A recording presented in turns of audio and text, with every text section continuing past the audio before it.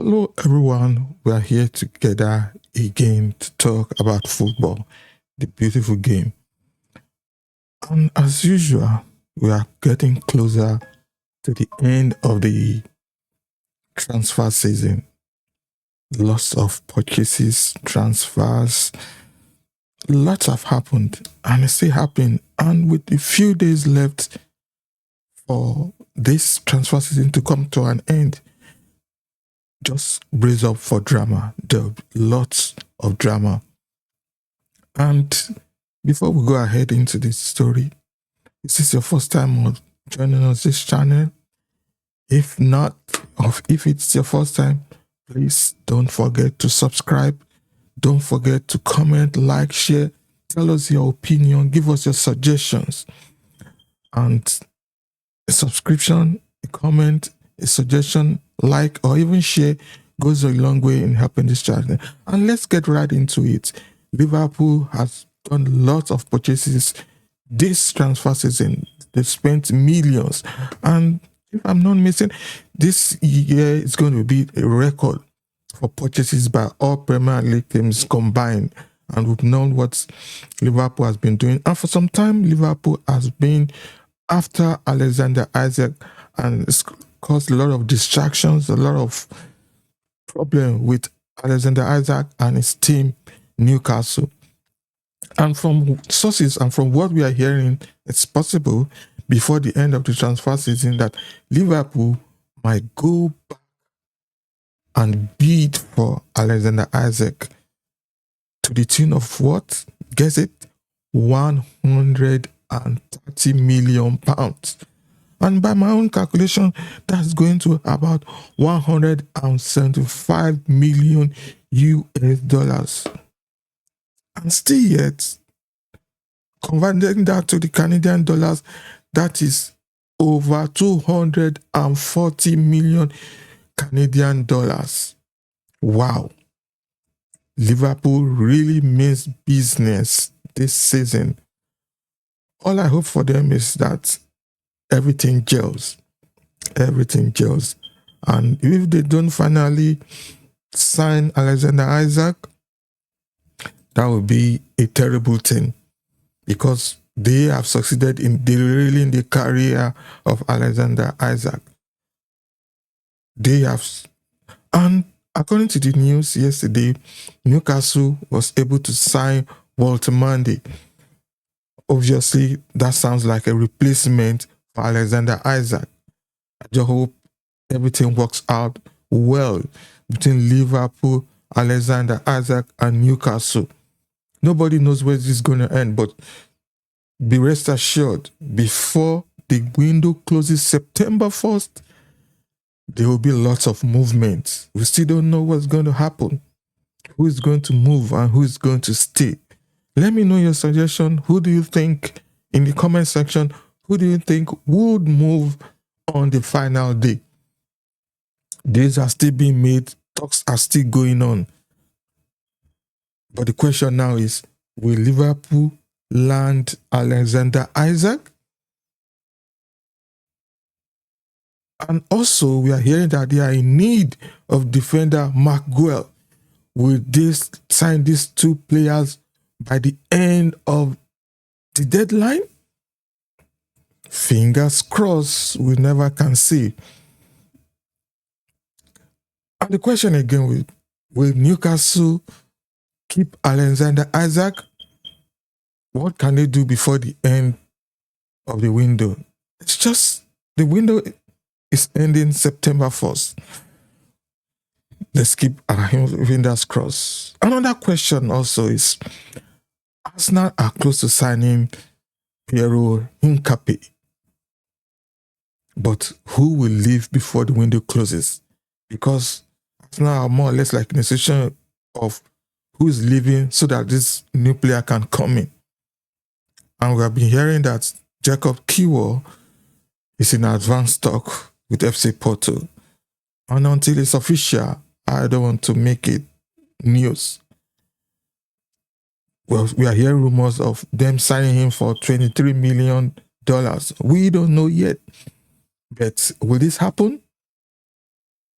Would Reiss Nelson move? Would Zinchenko move? Would Fabio Vieira finally move from Arsenal? We don't know. We are still waiting. We're still keeping our finger crossed. And the elephant in the room, Manchester United, who have been having a terrible... But it's still early. Just 2 games gone. I don't know why everybody is killing Manchester United. But the question now is, Man United, will they make their move? Will they be able to move out some players and bring in new players? And who will they bring? Seems nobody wants to come to Manchester United. That's the way I'm seeing it. Seems nobody is interested. My own suggestion is, don't sack Ruben Amorim. He just needs to change his system. Ask him. That's the work of the board. That, please, can you change your system? Because presently it's not working. And some of the players, there are a lot of players, goalkeepers around, which they can easily get. But too bad with the situation they find themselves in, because since Onana is not cutting it. Let them still keep on with those two and see what happens between now and January. And if there's no change, then you can go for somebody. Just look for somebody, maybe in the League One or the Championship. You'll be surprised what you will get. Manchester United, they are such in a terrible position. I remember when I also was in situations like that. And Chelsea also, they need to move players on before they can sign anyone right now. So the question is, who is leaving? Will Nkunku still go ahead with his move to Milan? Or will talks break down? We are still keeping our fingers crossed. And Spurs also, who Arsenal have done lots of bad too. They've struggled all window to sign the players that they want. When they were almost getting a player, Arsenal took it from them. That's so sad, especially with the case of Eberechi Eze. Who are they going to bring? Savinho is their latest target. Is it finally happening? Xabi Simons, we are hearing that too, that medicals have been done. What's going to happen there? And Manchester City also. A new goalkeeper is on the agenda for Manchester City right now. Anything else? Because everything seems to be silent on that front. We don't know what Manchester City is going to do. And the window is gradually come to an end. And once the window shuts, you have to make do with what you have. And Barcelona also, they have been pretty quiet. What's going on with them? Are they signing a defender? Is Fermin Lopez leaving? We don't know yet. We are just keeping our fingers crossed. We can't wait for this season, this transfer to come to an end, and let's face football, really. And what's the latest on the future of Real Madrid forward Rodrigo? We're hearing Manchester City, Arsenal, Liverpool, Newcastle. We've been hearing all sort of. What's going to happen? Will he leave? And could Madrid sign anyone if Dani Ceballos moves on? We don't know yet. And at the time of this video, Rodrigo's situation remains as it has ever been all summer. And Madrid have received no concrete offer for this player. No concrete. All we've had have been rumors and ESC and all sort of. This transfer window to me has been the best. Full of drama, full of action, full of cash. How will it end? Let me know in your question in the comment section.